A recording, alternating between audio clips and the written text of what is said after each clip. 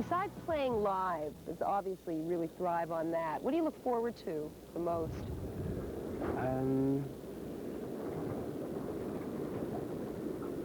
I look forward to those little, I mean, if I'm not working, as you say, given I'm not working live, it's just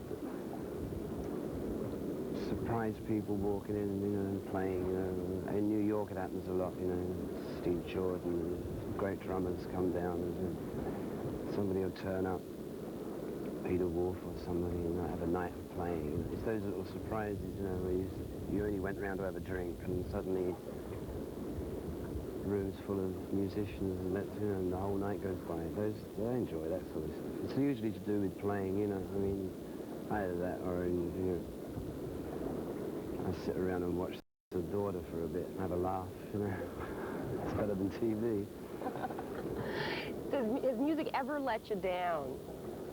Is there ever a time that you cursed the fact that you know, had the gift and were in the business? No, sometimes I curse the fact that, you know, I don't have enough. You know, when you're trying to write a song and it just won't finish, you know, you just cannot get it, you know. But you say, oh, you know, I'd give anything for this song to finish it itself. You know. But I mean, those are the normal things, right? I mean, that's just like getting up in the morning. You know. What about the creative process between you and Jagger? Is that a pretty loose kind of thing? It's very loose. I mean, we never even, between ourselves, consider it, talk about it, you know. I mean, how a song comes about and who wrote it. Exactly. By the time it's been through one of these various processes that they all take, you know, it's impossible to say who exactly did what or for what reason. And, you know, it's, you just sort of put it in somewhere and see what comes out. You know, you just have to, the songs, you kind of have to be patient with them, you know, sort of, and just sort of watch them. After a bit, they sort of write themselves, you know. You just have to be waiting at the other end when it pops out. Like a toaster, ready. Are there some that you feel closer to than others? I don't know, not particularly, you know, it's, because they're all your little babies in a way, you know. I mean, when you're playing them, you go, I really like that one, you know. Or you might go through stages where you sort of say, this is one of my better ones, and something. But after a bit, you know, you sort of look at them all and pat them all on the head. How do you explain the fact that you survived when so many others didn't? I don't know, darling. Far be it from me to explain a thing like that. I don't know. Just yeah. Something to do with your attitude, maybe, or just luck? It certainly wasn't luck. Or maybe it was all luck. Yeah, it's impossible to say. I don't know. Combination. Did you feel lucky? Oh, yeah. Yeah, in a way, yeah. I've always, I mean, to my own mind, I've always been incredibly lucky, you know.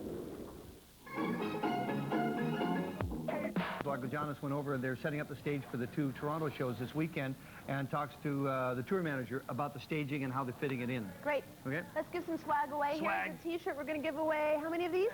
10 of these. Here's the question. It's hard. Keith Richards was arrested for drugs in 1977. He had to come back to Canada to complete his sentence to perform a gig. Please tell us what city Keith Richards had to play in order to complete this sentence. Call now. No, you can't answer. Right now we have music coming up from the Still Life album. It's Alive as Time Is On My Side. The song was a #1 hit in 1964. I know. And it still sounds Miss good him? now. Call now. You can't answer. Call now. Don't answer. Don't say it. Billy. Roll it. Roll it. Roll it. Roll it. Roll it. How has your family changed your perceptions of success and your career?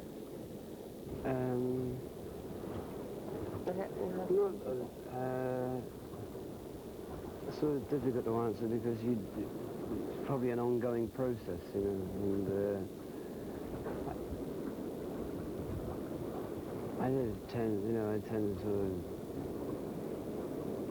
not hammer away at something now, you know, because I can, you know, when you've got family, there's somebody else around to talk to, take your mind of it, instead of just sort of hammering a song to death in a corner by myself, you know. And if it doesn't work, I just put it away for a bit and get on with everyday life, you know. If you had your choice of playing with absolutely anyone, alive or dead, who would it be? Oof. I don't know. I guess I mean, I wouldn't have minded sitting alongside Robert Johnson just to see. What do you think about the future of the blues? I know the Stones have, you know, done a lot for the blues, obviously in your own way, but in the rock and roll vein. What do you think is going to happen when all the great blues masters around us die off? I don't know. I wonder too. You know, I think one thing's for sure, that the music itself won't die off with them, you know. And it's already, I mean, its effect on music that everybody listens to and plays. There's always a little bit of the blues in there, even the most unlikely sounding stuff, you know. I mean, so I mean, in a way, everything they've done lives on through its influence over throughout all popular music, really, now. I mean, blues are, I don't know if you could ever separate, after this amount of time, any one influence from another. It's all pervading, really. But as far as the pure blues by themselves go, I don't really know. I wonder as much as you about what happens when the old guys go, you know. I don't see it surviving in its present form for much longer, you know. There's some guy sitting down with a guitar, for instance, although it would be nice if it did. Kind of responsibility that you've got just by what you do. You know, I don't believe it's anything that you really asked for or wanted to, but fans seem to put an amazing amount of responsibility on you, just in a sense for their happiness. And do you ever resent that kind of responsibility, being in the position that you're in? No, I've never really thought about it as a responsibility in that way. I mean, I have a responsibility to myself and my family. If I do my bit right, you know, then that's as far as my responsibility goes, you know. And everybody else is, I think, probably better off doing the same, you know. And we all carry our own responsibilities. Do you have any personal heroes? No, not anymore. I'm too old. Oh, so that's something that people outgrow. Well, you know, that's just me, you know. What about getting old? Is that something that you consciously think of? Because so many people I know listen to your music. I know I certainly do, just to, you know, in a lot of ways to get a hit of that, you know, young feeling again. It's like, yeah, you know. I mean, obviously there's a lot of that to do with it, but actually, I mean, something you don't think about when you're younger, and when you actually get there, you find out it's not too bad at all. Yeah. I'm quite happy with it. Yeah. Certainly a lot get all smarter. that kid shit out of the way. And that's serious stuff. If you could go back to change absolutely anything, is there anything that you would change?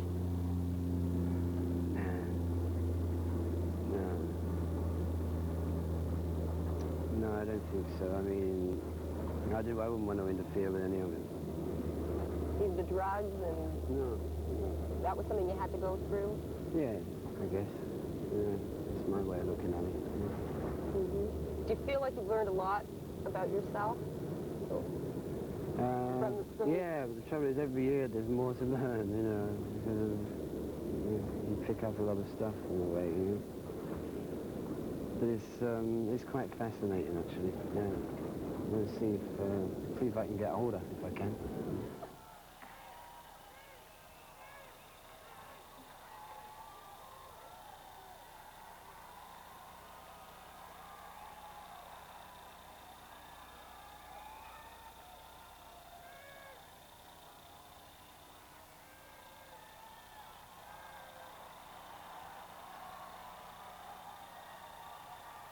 Yeah, we're gonna do an old song for you, and We recorded when we were just real small.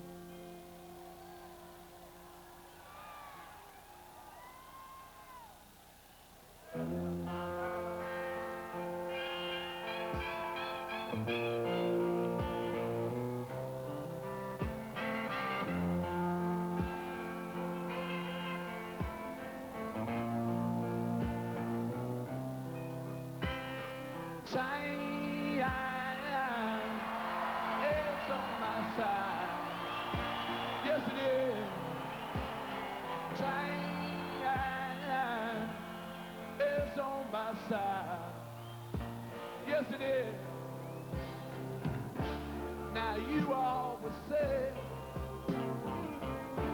that you wanna be free. That you're out of there. You're coming there. You're coming there. To me.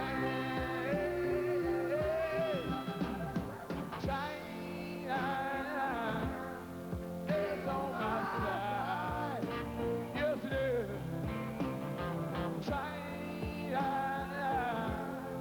It's on my side. Yes, it is. You're searching for real love, but just wait and see. Y'all come running back. Y'all come running back. Y'all come running back to me. Go ahead, baby, go ahead. Go ahead and light up the town. Baby, do anything your little heart desires. Remember, I will always be around. And one day, you could be coming back, walking through that same door. But you don't have to shout for me, just screaming out for me. No, no, no. China is on my side. Yes, it is. China is on my side. Yes, it is. 'Cause I got the real love, the kind that you need. Yeah, running back. Yeah, running back. Yeah, running back to me.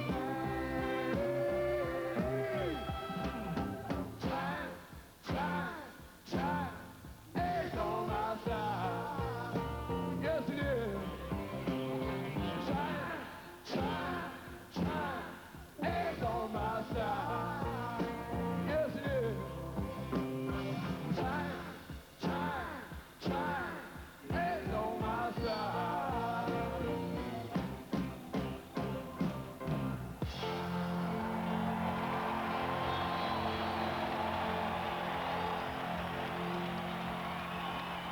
Thank you. Thank you.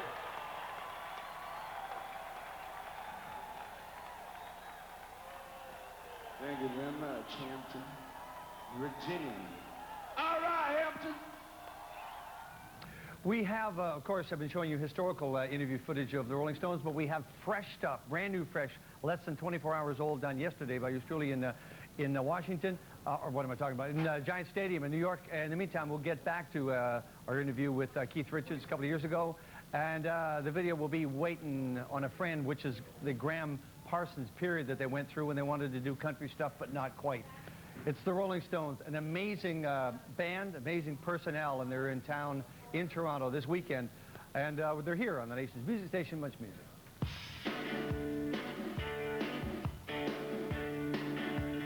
See the album Dirty Work as your album. I mean, I know it's all the Stones, but why do you think people are saying that, or have you heard them say that? I don't know, a little bit of blah blah. Probably because of the early stages of Ronnie and I have been working on 3 or 4 of the songs way before the album started to be recorded. And so it started off very much getting the tracks down. Mick was still working on his first album.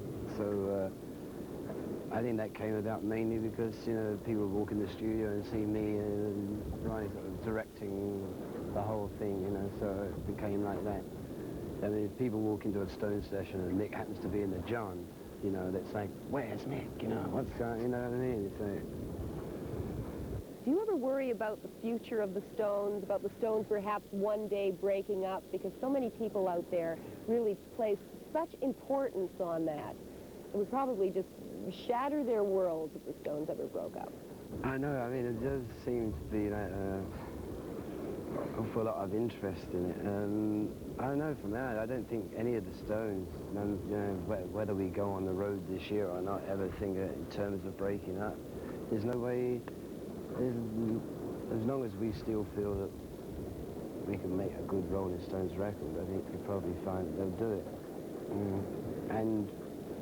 And work as well on the road, but at the moment, why it should be so important to everybody else, I don't know. It's fairly important to me, you know, and to the Stones, and but it's very touching in a way to know that so many other, you know, people care about it too. You know. Is it all still as much fun for you as it used to be? Oh yeah, no, I find this period fascinating too, to see how, you know, Stones and rock and roll, see if we can get it to grow up, you know. Do you ever worry about that, losing that, you know, if you ever arrived and felt you were totally adult about rock and roll, do you think that's when the magic would be lost? I don't think so, no, not as long as you actually play it and do it, yeah. I think it's something to find out. To me, it's one of the most interesting things, and nobody's ever done that. We haven't, you know, the music hasn't got that old, you know, so it's like fresh ground, you know. What's it like? They'll let you know when we get there, right? It's been an absolute pleasure talking with you. Thank you so much. Okay, great.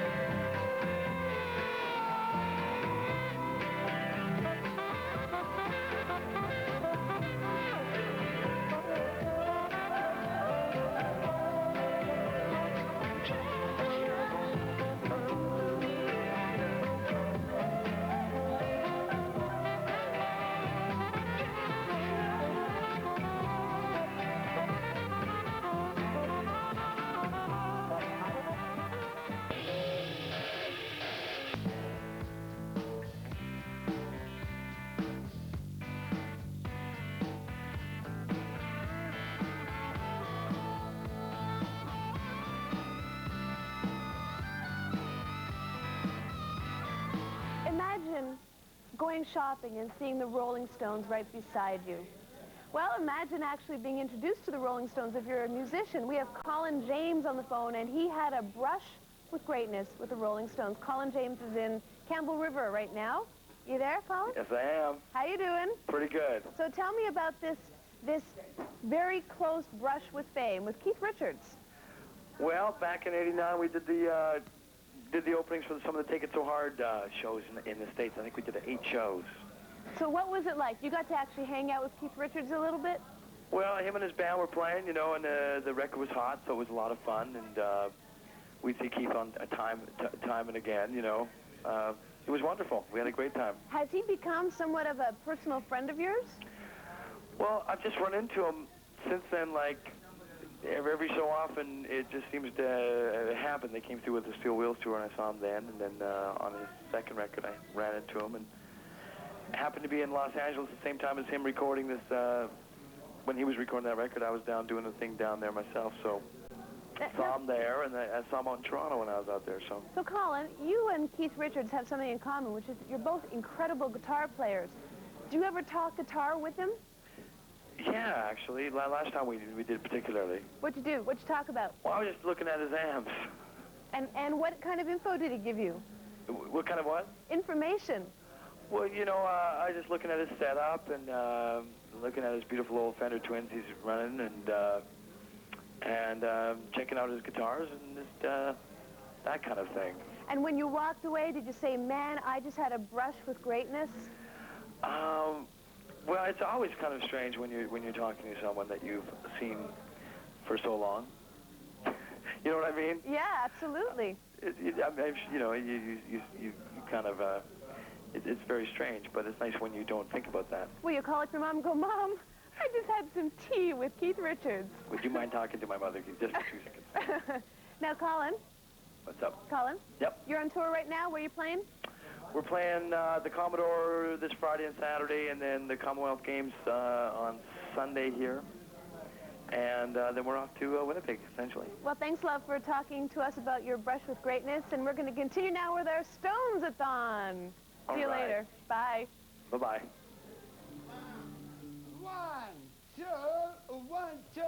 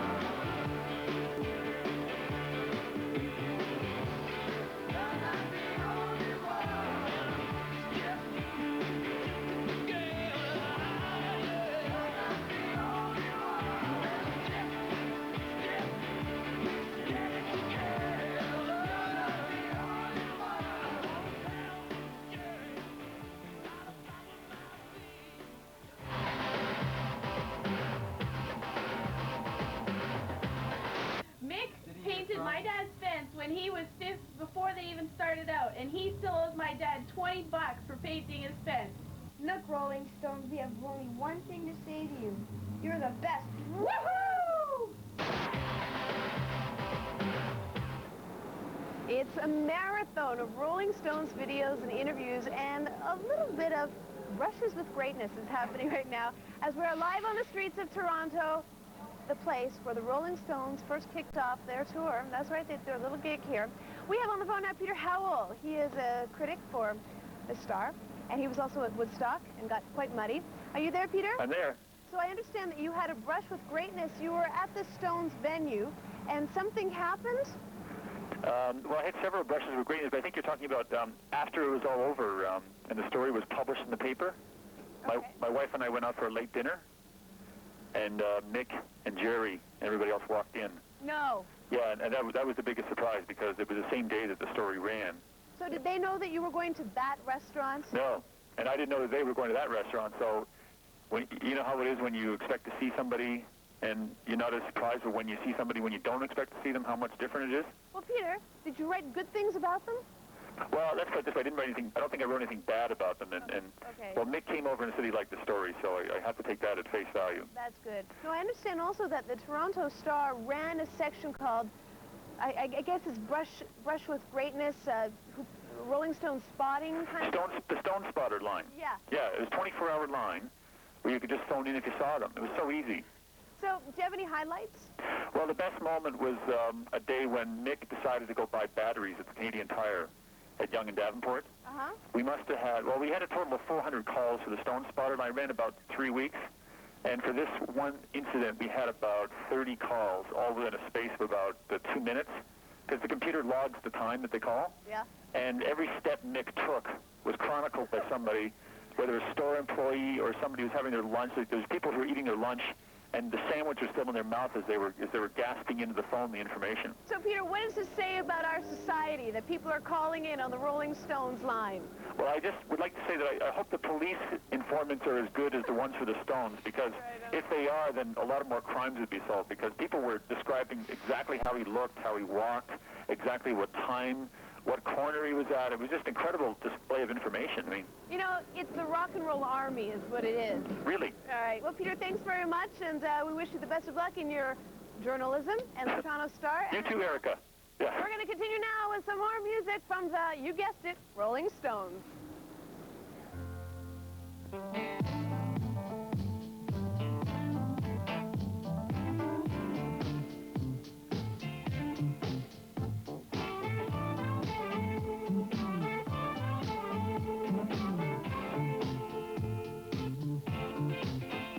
I've been hanging out so long. I've been sleeping all alone.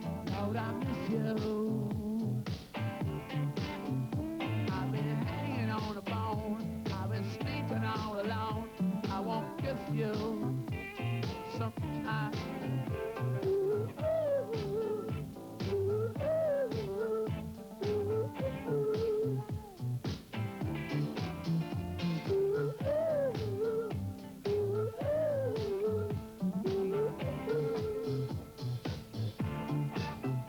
I've been howling in my sleep. You're starring in my dreams. I won't kiss you.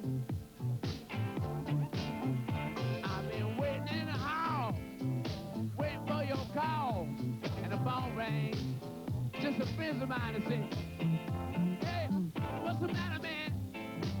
Well, we're coming around at 12 o'clock with some Puerto Rican girls just dying to meet you.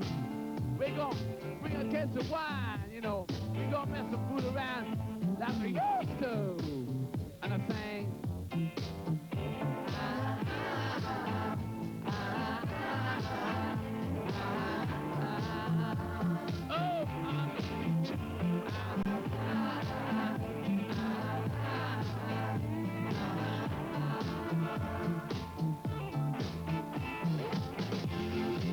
Baby, why you waiting so long?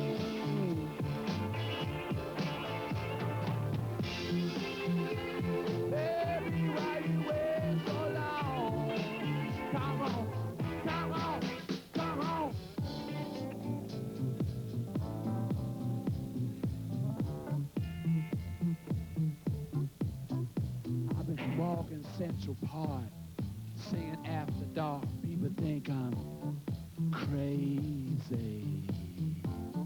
Shuffling on my feet, shuffling through the street. What's the matter with you, boy? Sometimes I sing to myself.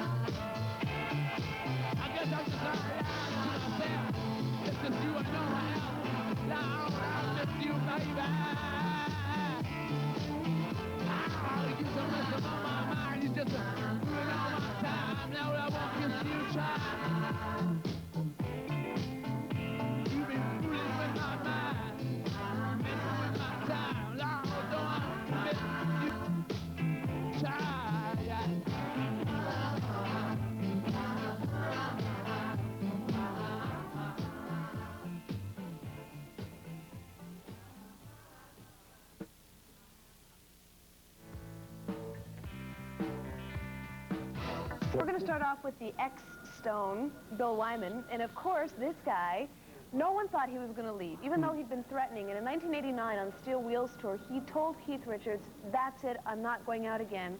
They didn't believe him. They thought, oh, you know, he'll get over it. But they say, Keith Richards says he was devastated when Bill Wyman said, "I'm not kidding, I'm history." The thing about Keith, the line that I just can't get out of my mind was, he was especially mad at Bill for leaving, especially from that end of the band. Is the line. Nobody leaves my band, is what he was saying. I'm the boss. That's right, exactly. Yes. So want to take a look at some of Bill Wyman and Willie and the Poor Boys? There you go. All right, starting it off on our Stones-a-thon.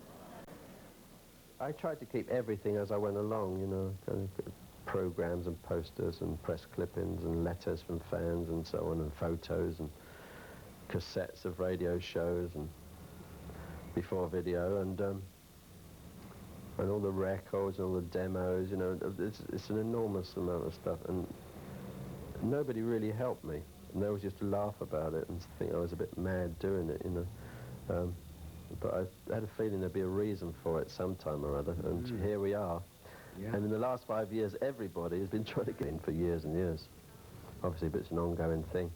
But now I'm getting quite refined on it, and by this time next year, I hope to have the first manuscript of the first book, The Stones' history, and my life in it, you know. I guess the obvious question is, will it be the Stones for better or worse? Will it be as it was? Yeah, but it's not going to be a scandalous thing. It's not going to... I mean, there's things you can't write about, obviously, because you don't want to hurt people's feelings or pry into their personal lives too much. But it will follow the whole, everything that was happening to us and where everybody was and where they were going on holiday and what hotels they were staying at and how much the room was. And, well, it could, you know, it can go on forever, you know, but I'll have to praise it down, obviously. Yeah. But it's the only one.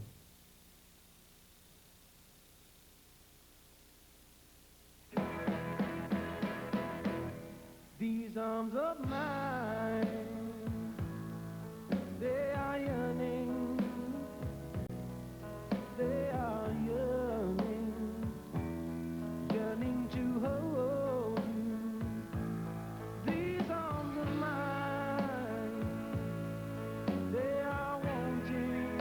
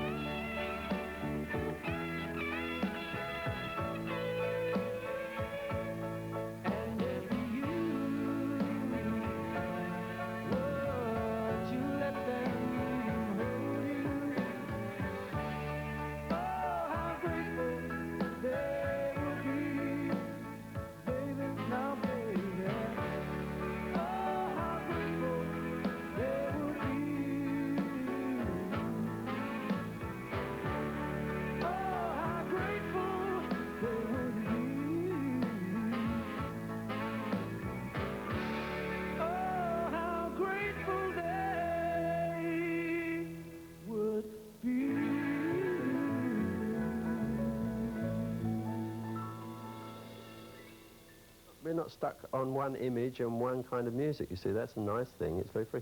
And we can do like little packages and shop windows, window fronts of like that kind of music, soul, rock and roll, R&B, Cajun, whatever. Country, if you want, I mean. These arms of mine, they are searching,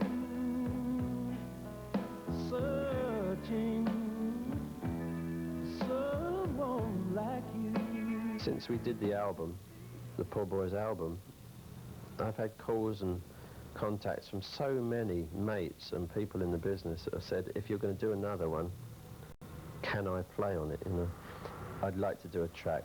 Could I be involved? If you need a guitarist, if you need a singer.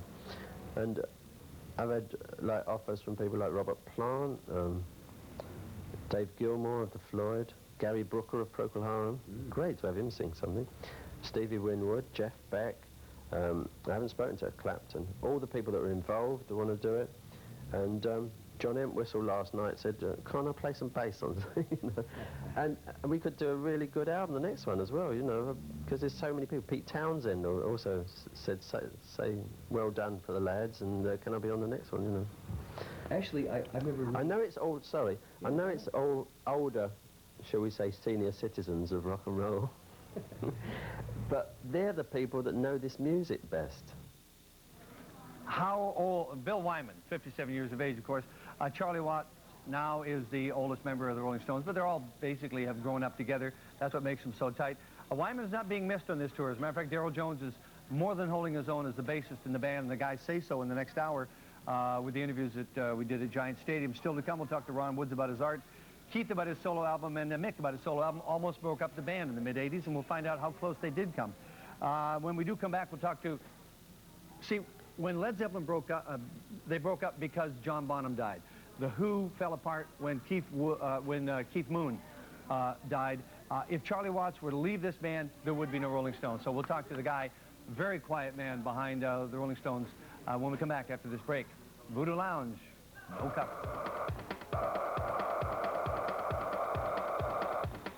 I'm from Australia, and I've come all the way from Melbourne to see the Rolling Stones play in concert on the 19th and the 20th of August.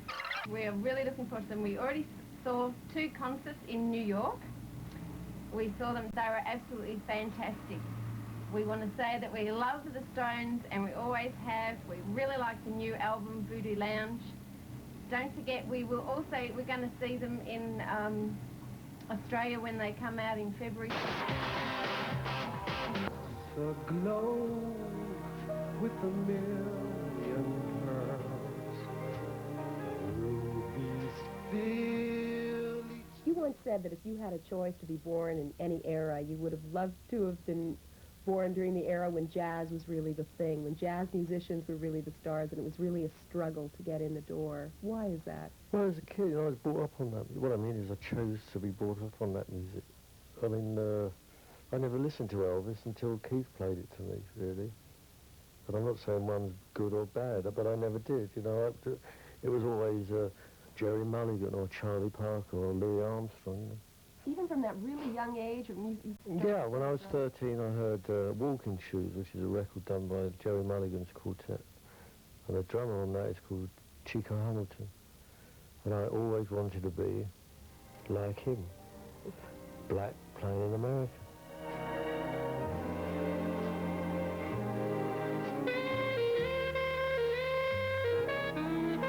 I used to do these things. I used to work in an advertising agency and try and sell things. Poster art and graphic all art? of it, you know. Yeah, graphic. I used to do graphics, and I was between jobs. And I used to play as well. As I say, I went to live, it's just round the corner to me now, in London with, Mick used to pay the rent, Brian and Keith used to live there, and I started to live there in this house, and just up the road we used to rehearse in this pub. And we just got, I used to go for interviews for jobs, and we just got more work and more work playing. And suddenly it wasn't worth going looking for work because we were doing this. I mean, Keith and Brian had every intention of doing that for a living. That's what they loved. I never thought I was good enough to be, you know, be paid to do it on that level.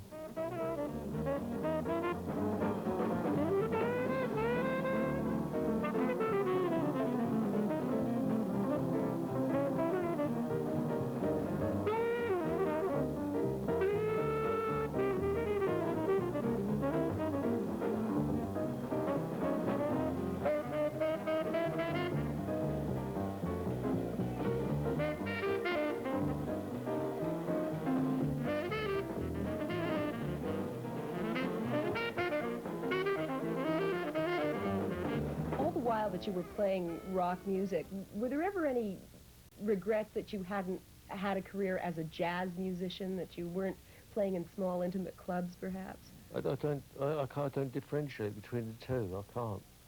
I get as much fun out of playing with the Rolling, or have had, and hopefully will have as much fun doing that as I do playing with this band. They're both very good bands. I mean, the Rolling Stones are a very good band, and they're things that they're very easily forgotten. I mean, they're very quickly forgotten because you're doing another show or you've gone home, the environment's changed. But actually, when you come off a stage and everyone's enjoyed it, that's something else, it really is. And we were lucky. We went through that, I call it the Beatle period, which drove me up the wall, actually, but it was very funny looking back on it. I mean, girls jumping on, screaming. And even now when I think of it, I could never get into that. But it was incredible to Jelly Beans and that.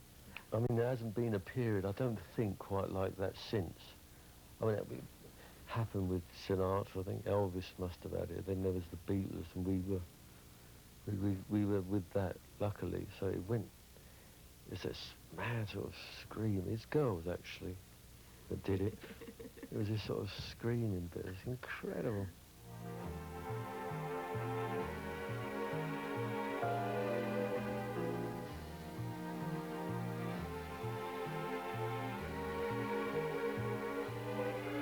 My ship has sails that are made of silk. The decks are trimmed in gold,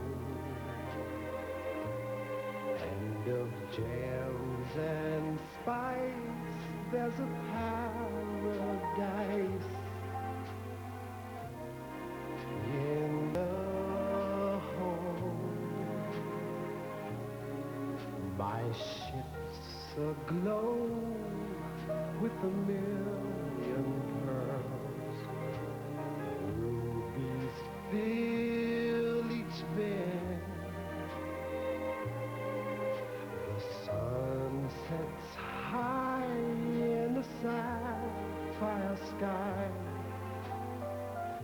When my ship comes in, I can wait the years till it appears one fine day, one spring.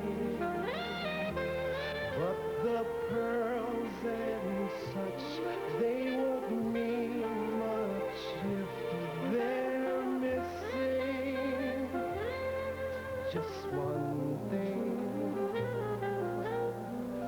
I do not care if the day arrives that dreams need never be.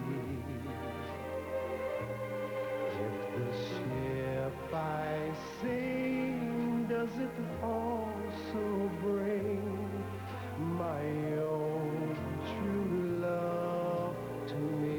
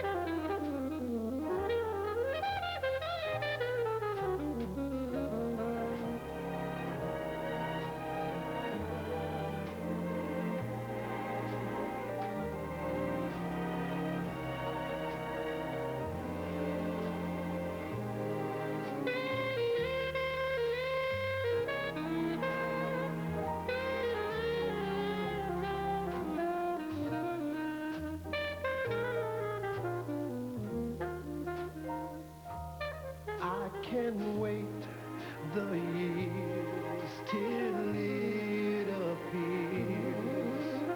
One fine day, one spring, but the pearls and such, they won't mean much if they're missing just one thing. Not care if that day arrives. That dream need never be.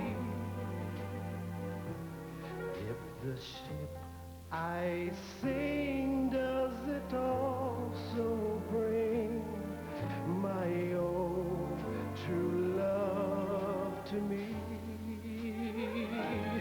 If the ship I sing doesn't also bring my own true love to me.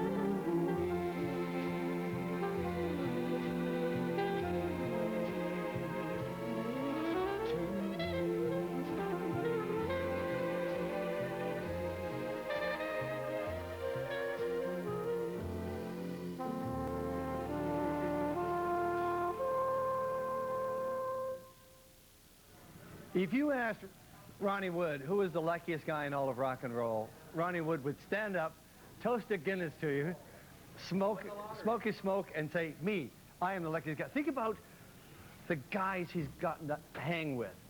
In and around the summer of 1969 in Woodstock, Ron Wood was playing with Jeff Beck, and the Jeff Beck group, the lead vocalist was Rod Stewart. At some point, Mr. Wood had to make up his mind, do I go with the Rolling Stones, or do I stay with Rod Stewart? He left his buddy Rod Stewart to go with the Rolling Stones. He still has the best of both worlds. He could have taken either road and he'd still be in gravy. He's a great guy, and the bonus in all of this is that he adds so much to the Stones. That counter melody, that Brian Jones second guitar is so important to the Stones for counter melody to free up Keith, and more important, it's just the camaraderie. He just belongs there. He looks like a Stone, you know. Plus the fact he is a brilliant artist. And so we're going to have Rod Stewart talk about Ron Wood, but also we'll have Ron talk about his artwork, which has really taken on a life unto itself. Oh, by the way. What they do have in common is a great outlet for inner frustration, like to relieve an irritating feeling. Like if you do a painting, then you've got something at the end of it to go, all right, that's good, I like that, you know. I had one terrible art critic in London who's going, oh, so you think you can paint in very kind of upper class. He said, oh, yes, you think you can be a rock and roll musician and suddenly come in to the art field and just paint well-known people. He says, well, I think you must be very talented to just do that. And he tried to make me feel like this, you know. Has Ron ever drawn you? Yeah. Have you seen his book? Yeah. It's the worst drawing in there. I really told him off about that. I said, he's one of your best mates, and you put the first drawing in there, and it's the worst one, you know. It's terrible. I'm really pissed off at him about that. Maybe you didn't sit still long enough for him. Well, his drawings in there of people that have been dead for, 50 years. The drawing of Billie Holiday, you know. He never knew Billie Holiday. He knew me, and he put the worst picture. How did the collaboration with Bo Diddley come about? Well, anybody who's got any sense has time off from being in a great rock and roll band has got to go back to the roots. You don't love me like you say you do. Got another man, baby, loving you. Love you, baby, with my heart and soul. I will never let you go.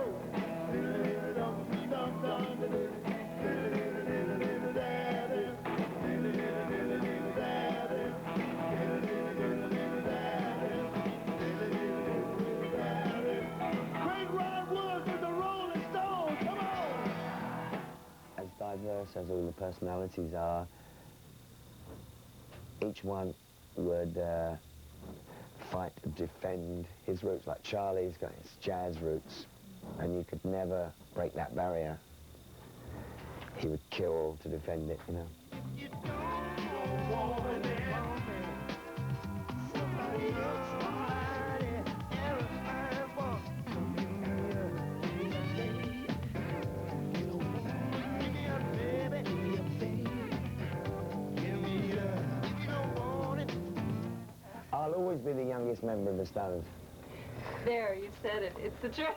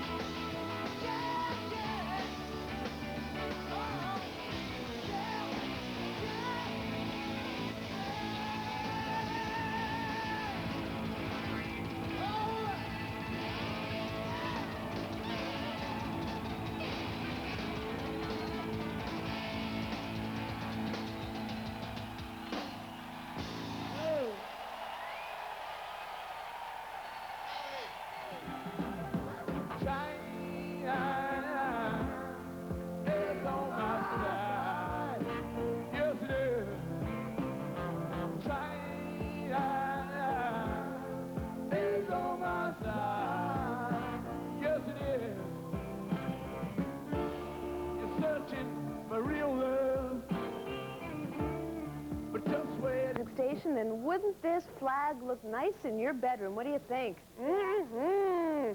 We're giving away 10 of these. It's free Stone swag time, but of course you got to work for it. We have a question for you. Notice this pair of beautiful lips? Please tell me what pop artist designed this for the Sticky Fingers album. Phone us now. The first 10 correct answers will receive this beautiful flag. Right, you guys? Right. All right. What we've been doing now is looking at the solo careers of the various artists, and then there's the guy that really keeps the Stones together. His name is Keith Richards, and he put a band together called the Expensive Winos, and we have him talking about his solo career on our Stones-a-thon. Call now.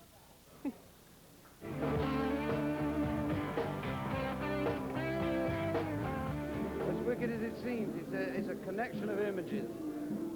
And you can make, and I'm just waiting for everybody to tell me what it's about. But you don't know when you go in to record something what you're actually going to sing about, do you? No, I don't really care what the meaning is. I want to know if it gives me the shivers.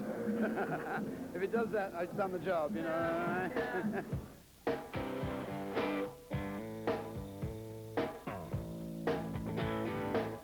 My problem with this was, if I write a song, do I keep it for myself? Do I give it to the Stones? And that, I never wanted to split myself like that. You know, why should I? When I got into doing it, I realized that as long as I'm working, whatever I'm writing this year for the Winos or with the Winos, that's what I'll do. And when I go back to the Stones, that's what I do. The more important thing, I think, is to keep working so that you're not on a layup for 2 years and then have to get the Stones. It's like knocking the rust off, going into maintenance for 6 months. You know, that is daunting. You know, this way I know when the Stones get back together, we're all working and ready to go. Steel Wheels prove that for us. I mean, we know. You're going to tour next year, eh? Oh, yeah.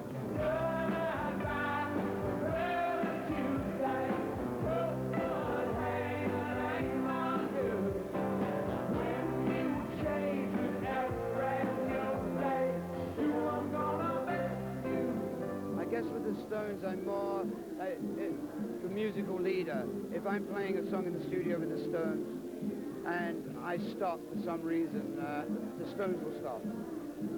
If I do the same thing with the Winos, they don't stop, and they kick me, you know, and I realize that I need that. All I want to do is to get back to you. Everything is going in the wrong direction. There was a time when, I mean, the whole idea of excess equaled success, you know, when people talk about that, they think of you. How do you feel about you're a bit of a legacy, I guess? For me, it was a private thing, and it was my own private problem. The reason people knew all about it was because certain powers that be wanted to drag it out in public. So I think 50-50, half their fault. Half my fault for doing it, half their fault for letting everybody know I was doing it, because they turned them on as much as I did. I never said do it. I never said do anything. Either to me, it was a private thing, and that's what I did. They went public on me, and then I had to deal with it, you know, and I did. So that's the way it goes. You're going to go in now? You're sure about it? Tell me about what rock and roll is like for you, Keith. I know it's instinct and attitude. Is it anything else? Yeah, it's my life, really. I mean, it's not that I intended it to be. It's just that I started to like it, and I just can't stop liking it more. You know, it gets more interesting. You know. Do you still have things to say? I hope so. Yeah. You know, I hope so. How do you tweak it so that you make sure that you're still challenging yourself? You got to work with the right guys. Yeah. And don't do it until you're ready to do it. You know, you can't churn it out. You got to feel like it. You got to make sure everybody around you's feeling like it to get what you really want. You know.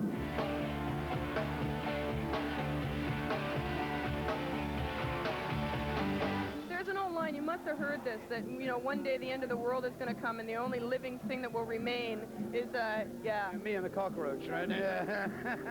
Well, look out, cockroach. Because I'll eat it.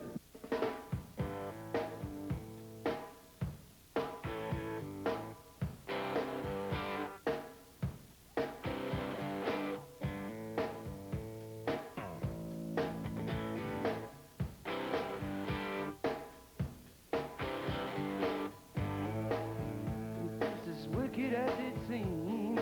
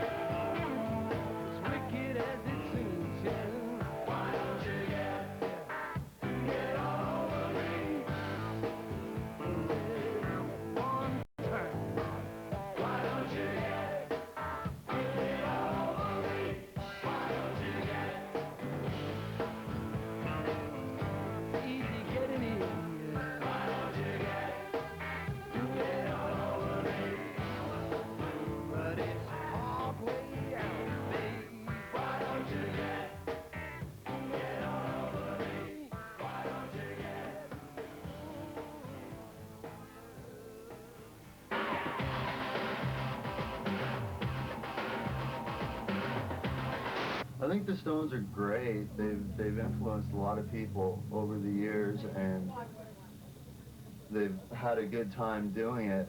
I think I just want to hang out with Keith, because Keith looks like he'd be fun to hang out with, you know, if I can understand him, that is.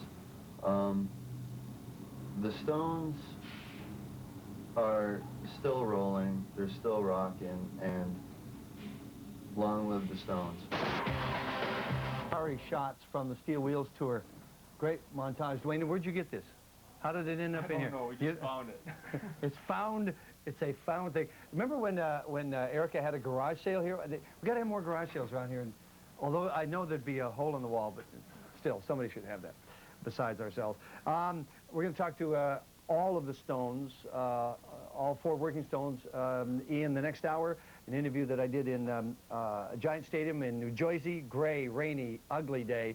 But the guys were primed and ready to go, and we have the exclusive footage for you in the next hour. So if you're looking for fresh information, it'll be really interesting. And I know that the guys are in Toronto right now, and they are probably at their hotel or just kind of getting ready to go. We thank them for coming, being here in Toronto, here for about a week. Enjoy yourself while you're here, and we'll look forward to seeing you in Vancouver. We're going to talk to Mick about... this is obviously a mid-'80s interview because they came perilously close to not being the Stones anymore. Their solo work took them apart. Mick was the first one out of the gate, really. And he talks about how much he loves the Stones, but also how much the solo work is of importance to him. Here's Mick Jagger. The Rolling Stones is a wonderful band and has a great tradition. And I hope that they will continue to work together. But I also hope to continue to do things on my own, and as the rest of the Rolling Stones all do. They all have solo projects and have in the past and so on, and I think that's healthy. It's very hard just to work with the same musicians for 25 years. I think you want to sometimes do things with other people.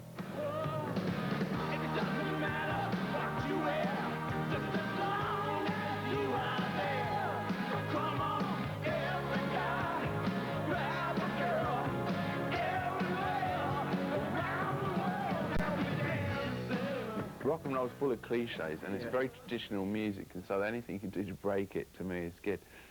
See, on this record, though I think the band has a rock feel and a rock approach to most of the numbers, the whole album isn't really just a rock album, the same way as say, Stones' album is always targeted very much on the rock area. This is a bit more, it's just a bit more varied. And it's not targeted quite, so, you know, I'm not making out it's not a rock album. It has a rock approach, but it has a lot of different things on it.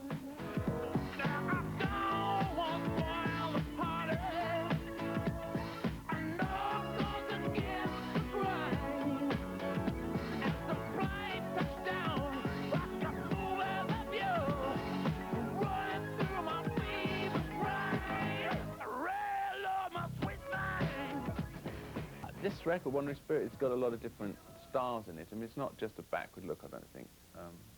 I think it's like a 1993 record, but there's a lot of traditional styles in it.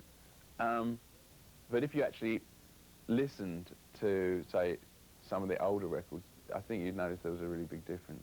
So there's a lot of, I do a lot of styles in it. I did rockabilly style, and then it turns into a gospel song, Wandering Spirit, and then, you know, there's a country song. Sea shanty? Sort of, yeah. Sea shanty, sort of Anglo-Irish sea shanty at the end. I threw that one in. But I was at one point just a little worried that it wasn't going to, there was going to be too many stars and it wasn't going to flow. But after working a lot on the running order, when I first came to New York, I used to go out, and Keith and I used to go out and watch all these performers like Joe Tex, James Brown and so on, Marvin Gaye. They used to be on in these theatre shows. So I used to just like copy what they did or try and go home and do some of their moves, which I never really did, but I used to come out with my version of them.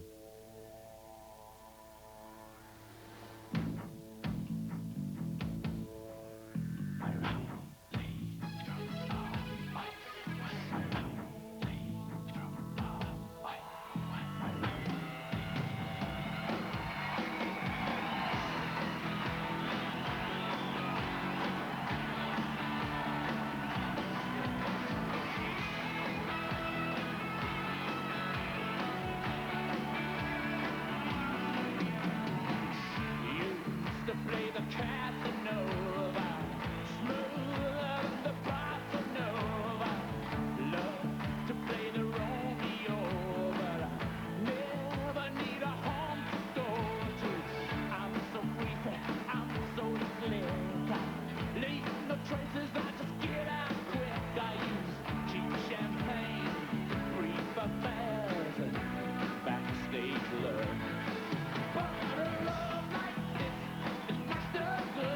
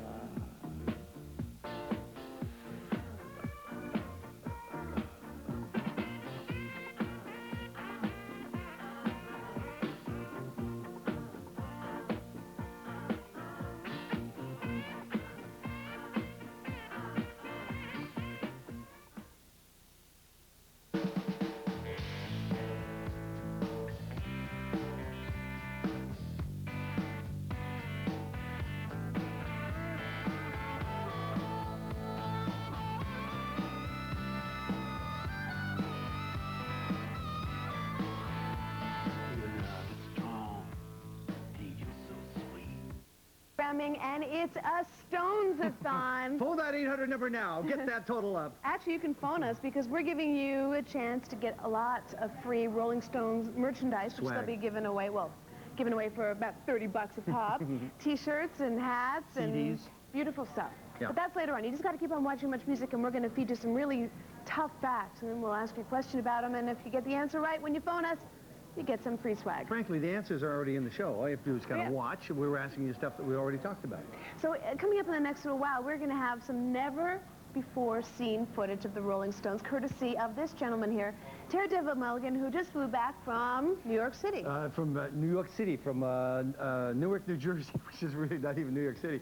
However, it was dark and dank. It was perfect to do Rolling Stones interviews, and we got about 20 minutes with all four of the original members. Well, separately. Each separately. Yeah. All separately. And of course, you want to do Mick and Keith separately because they want the conflict dirt, that's no, right. but they conflict each other. It's really beautiful.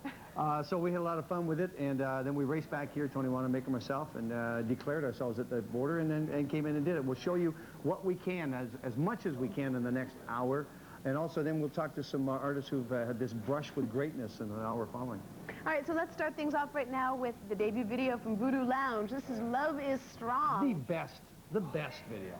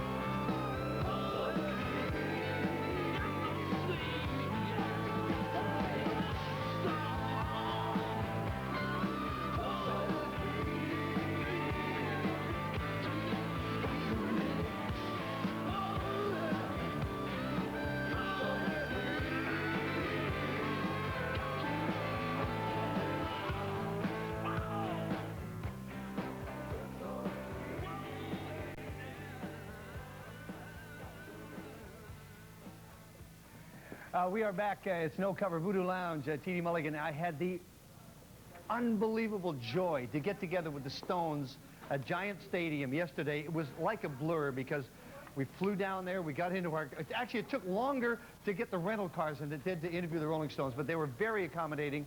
Ron Wood set the whole thing up. He brought in his Guinness and said, let's talk, and we talked. So what we're going to do is, rather than talk to each of them individually, we'll kind of pick themes and put them all together. We're going to talk about the July 94 RPM date here in Toronto that was such a buzz for 11 or 12 or 1,300 close friends and audience alike. It was Daryl Jones's debut on bass. It was a live Stones gig in a small club, small compared to 60,000 at Giant Stadium. Here's what Mick and Charlie had to say about the RPM gig. You're so sweet, you make me hard, you make me weak. Love is strong, and you're so sweet, and someday, babe, we got to meet. How was the RPM gig for you? It was great, actually. It was really good fun. I mean, those things can be a little forced sometimes, you know, but this was really, it was pretty wild. But, you know, it was very exciting for us, and it was short, so it was like... Yeah, it was all right up there. It was a bit frantic, really. I thought, and it was the first time, you know, it's a bit... I'd enjoy it more now, I think. Be a bit more laid back. I met a gentle bottom queen in Memphis. She tried to take me upstairs for the ride.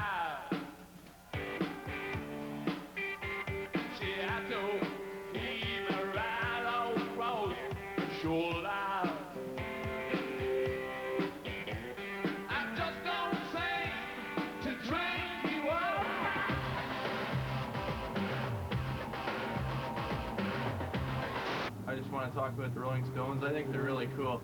They've been around all these years, and I hope they're around for just as long as they have been. I got all their tapes, I love their stuff, and they rule. I was really upset that I missed their concert at RPM. I really wanted to go, and that really sucked. That really sucked that I wasn't there. I'm really upset about that, but I'm sure I'll catch them again in my lifetime because I know they'll be around for a lot longer because they rule. What's the matter, man? Well, we're coming around at 12 o'clock with some Puerto Rican girls that's just dying to meet you. We're gonna bring a case of wine, you know. We're gonna mess the food around like we used to. And I sang.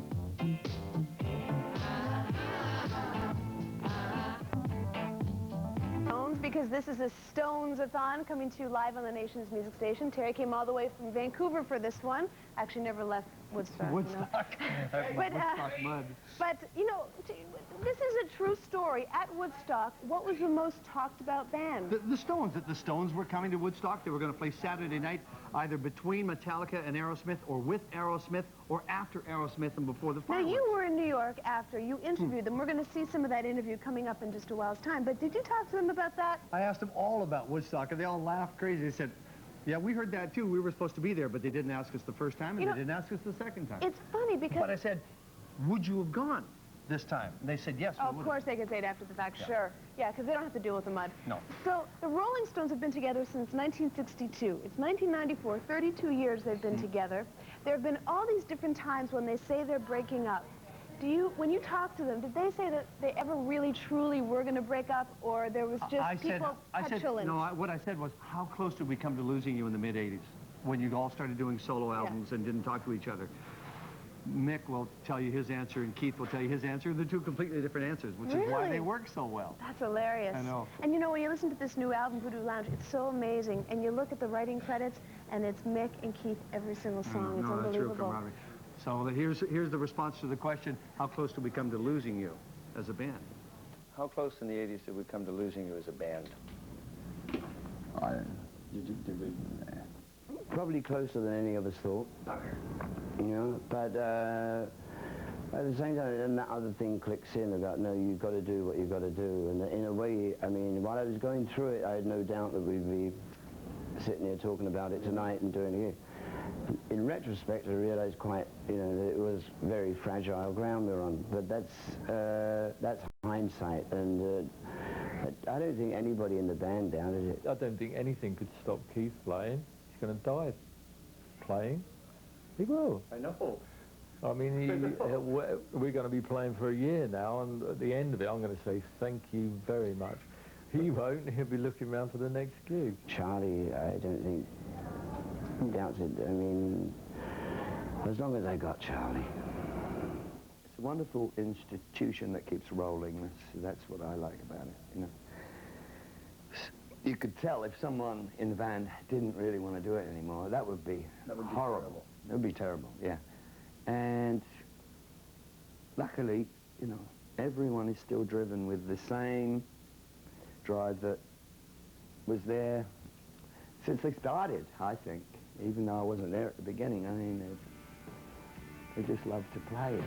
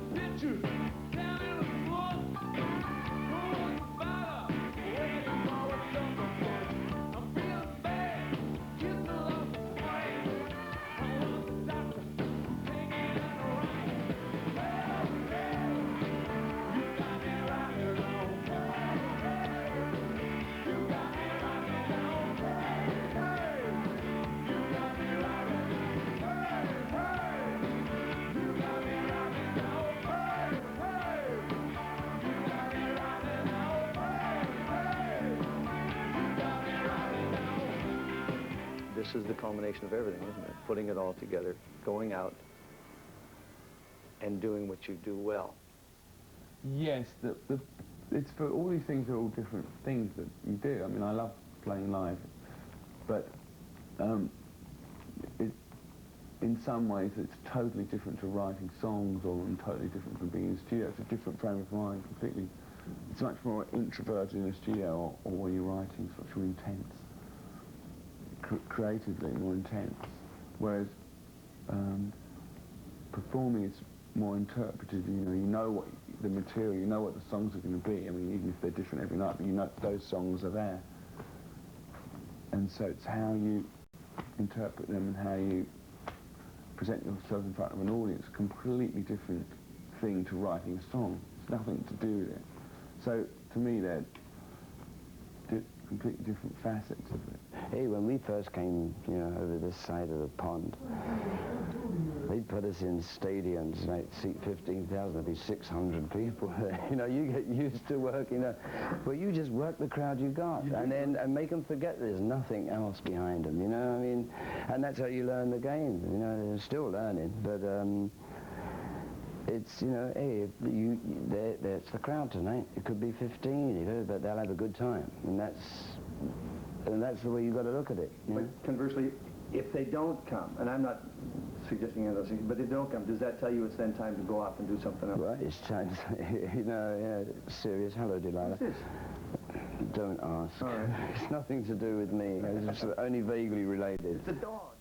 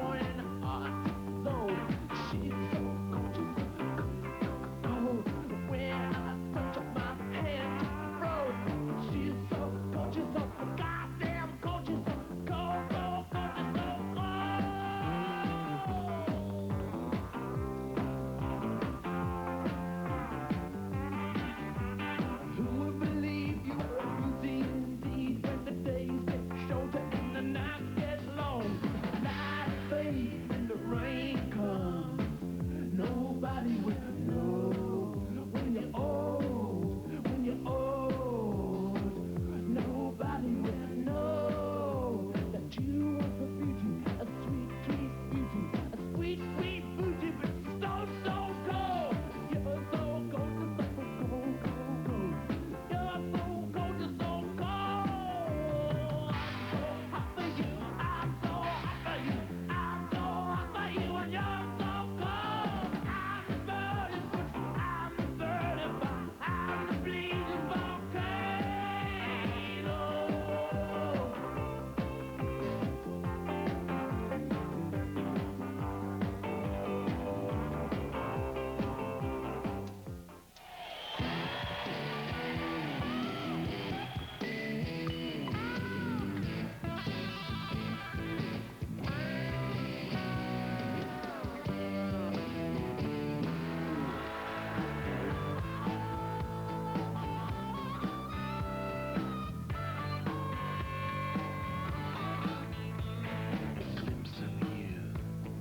Trivia time on the Rolling Stones, the Voodoo Lounge, no cover. Hello to the guys. They're in Toronto now. We know they're up and walking about, having a tea. Charlie, nice to see you. Thanks for the interview. We have more conversation with the Stones last night at Giant Stadium in New Jersey. But we are about to give away 5 Rolling Stones Voodoo Lounge CDs, like this, with a CD actually in it. And so the question is, trivia people, and watch the number on the screen, what chocolate bar company paid the Rolling Stones a load of money to sponsor one of the tours? Am I correct so far? No, to use Satisfaction? Yeah, to use Satisfaction. Actually, to use Satisfaction in a commercial. Okay? $4 million. $4 million, probably U.S., real money. So phone the number on the screen, 1-800-265-MUCH. That's 6824. Give us the answer, and you can win one of these. We have 5 to give away. One of the great Stones tunes that came back on the Steel Wheels tour that was such a delight to hear again was Ruby Tuesday. Here 'tis on the nation's music station, Much Music. Now it's time for the romantic interlude. You ready for a little bit of romance? She would never play when she came home. And yes, this thing don't matter if it's gone. While the sun is bright, or in the darkest night, no one knows. She comes and goes.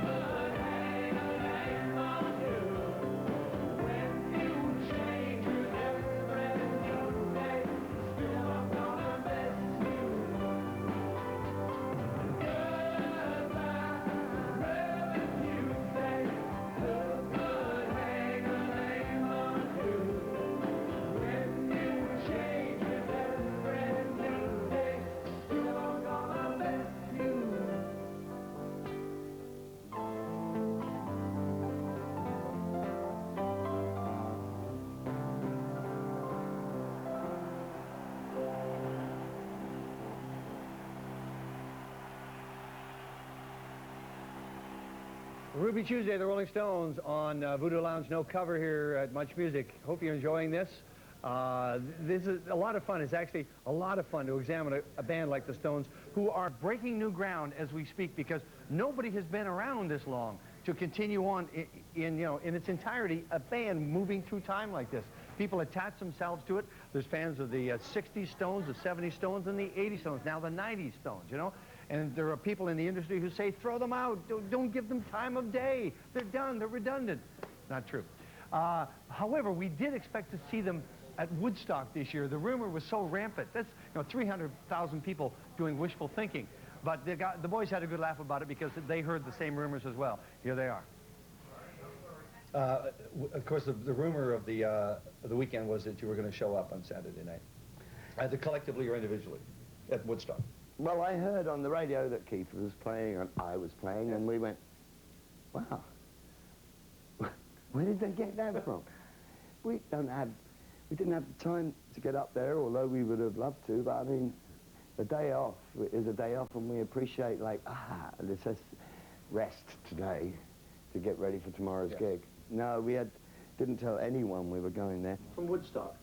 How was it? Well, we expected you to be there. I don't know why. I know, well, it was We were here. It was truth. It was, yes, they'll be there Saturday night. Who said that, though? It's one of those things that started. No, it's just the thinking of 300,000 people who are wishing for something to happen. Well, they should have invited us. I never got one letter. What, was there absolutely no conversation with Woodstock and the Stones in '69? No. Fuck. Or in '94. Yeah. Were you surprised? No. Would you have gone? This time? Yeah. Well, probably would have done. I mean, yeah. Yeah, I thought they had enough people there without starting rumors. Like, I'm going to go there in between this, you know what I mean? I didn't go there the first time. Why should I go the second? What were your memories of Woodstock? What are they? The original '69? Oh, I can tell you exactly my memories. The Jeff Beck group broke up 2 weeks before, and we were meant to do it, the original one. I did put a painting forward of a Hendrix to remind me of the first Woodstock, and my brother-in-law airbrushed a copy of my original Hendrix that I did, and he blew it up massive, and apparently it looked all right. Let's talk about dry things like stage design. Somebody has to do it. You're involved in it. Well, usually I just start with saying, well, so what should we do? And sit down with the bits of paper and pencils and start sketching ideas. And, is there something that comes to mind? And quite often you can be inspired by outside things. And I saw this TV program on an architect called Calatrava that builds these very modernistic bridges and other things. And he's got this wonderful bridge in Seville that he built, which is this mad cantilever. So I sort of started from there and went to see his exhibition in the Museum of Modern Art. Here it was on. We're going back about a year now. And it just gives you a starting point. I mean, of course, the stage in the end looks nothing like that. Tell me about Elvis. I haven't seen Elvis yet. Is he a young Elvis or is he an old Elvis? Well, they put an old Elvis up there. I wouldn't have had Elvis up there, but they've decided to have Elvis. I'd never seen him. I'd never seen the blow-up. You're busy. I've never seen it. Yeah. I've never seen the stage properly. I've only ever seen it when it was put together like Meccano, and to judge whether it looked all right. Because it's my fault it looks like that. Mine, Mick, and Mark Fisher. So, you know, apart from looking at it and saying, oh, God, that's wrong, or that's great. I've only seen Patrick whiz lights around, but I've never seen us do anything. I've never seen the Voodoo Lounge. The idea was the last time was this kind of bombed out sort of 20th century factory look. And it was kind of gothic. And so this time we thought we'd do it cleaner, which is a more modern approach, which is modern, i.e. starting in 1930, but it's still cleaner and you can see through it. Whereas the other one had, you could you couldn't, it was a block thing with 3 dimensions. This is 3-dimensional, but yet you see right through the whole thing. And it's much cleaner. So it's a very different idea.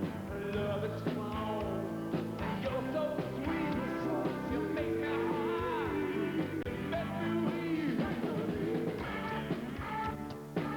Why you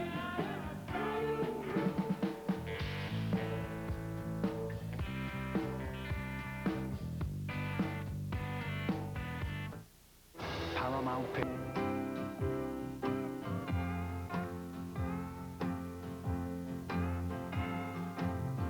I was driving home early Sunday morning through Bakersfield, listening to gospel music on the colored radio station. And the preacher said, you know, you always have the Lord by your side.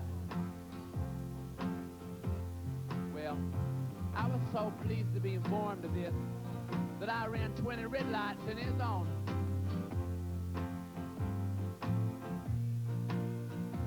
Thank you, Jesus. Thank you, Lord.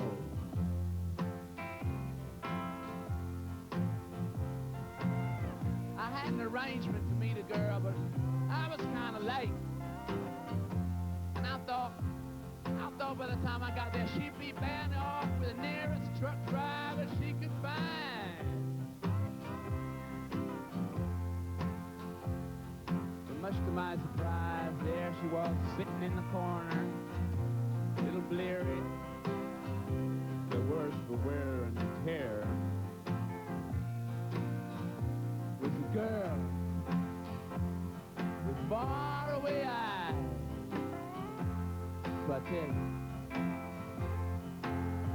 So if you're down on your luck and you can't harmonize, find a girl with faraway eyes. And if you're downright disgusted and life ain't worth the dime, get a girl with faraway eyes. Yep.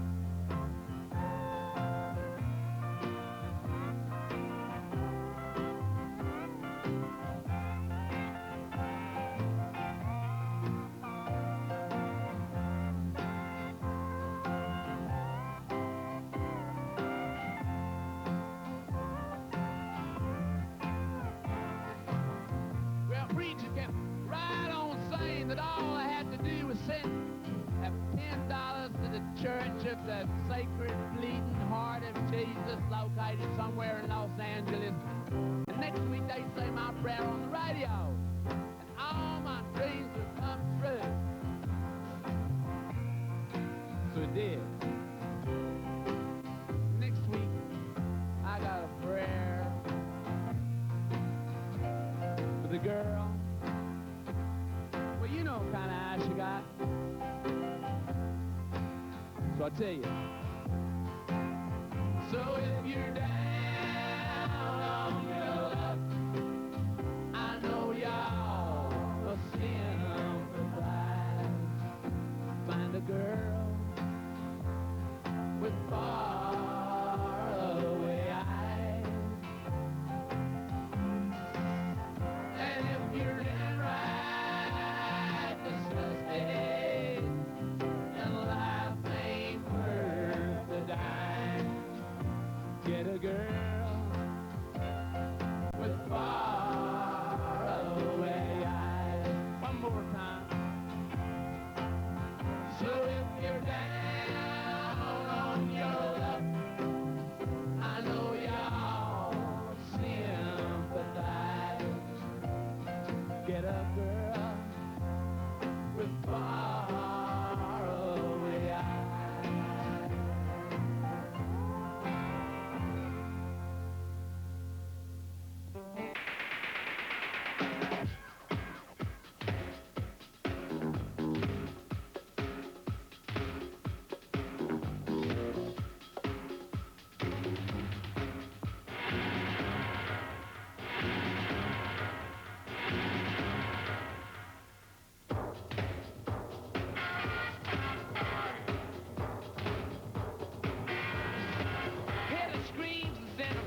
attitude. Lining up to burst the brains out. The opposition's tongue is cut in two. Keep off the street 'cause you're in danger. 100,000 disparate. Lost in the jails in South America. Curl up, baby. Curl up tight. Curl up, baby. Keep it all out safe.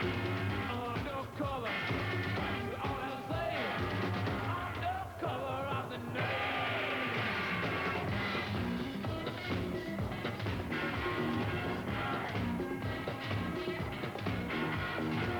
Black police are out there on the streets.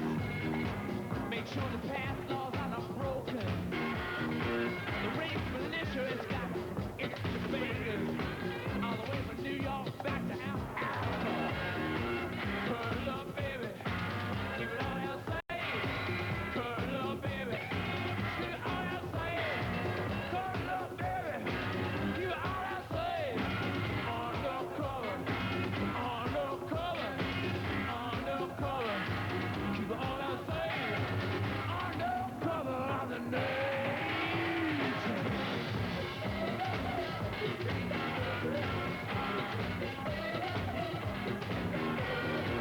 All the young men, they've been rounded up. Attention camps back in the jungle. And people whisper, people double talk. When scrap fathers act so humble.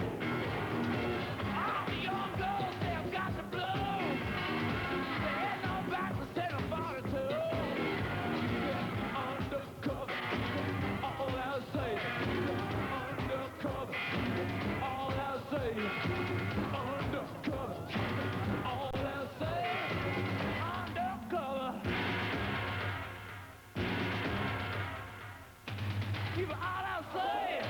Undercover of the night.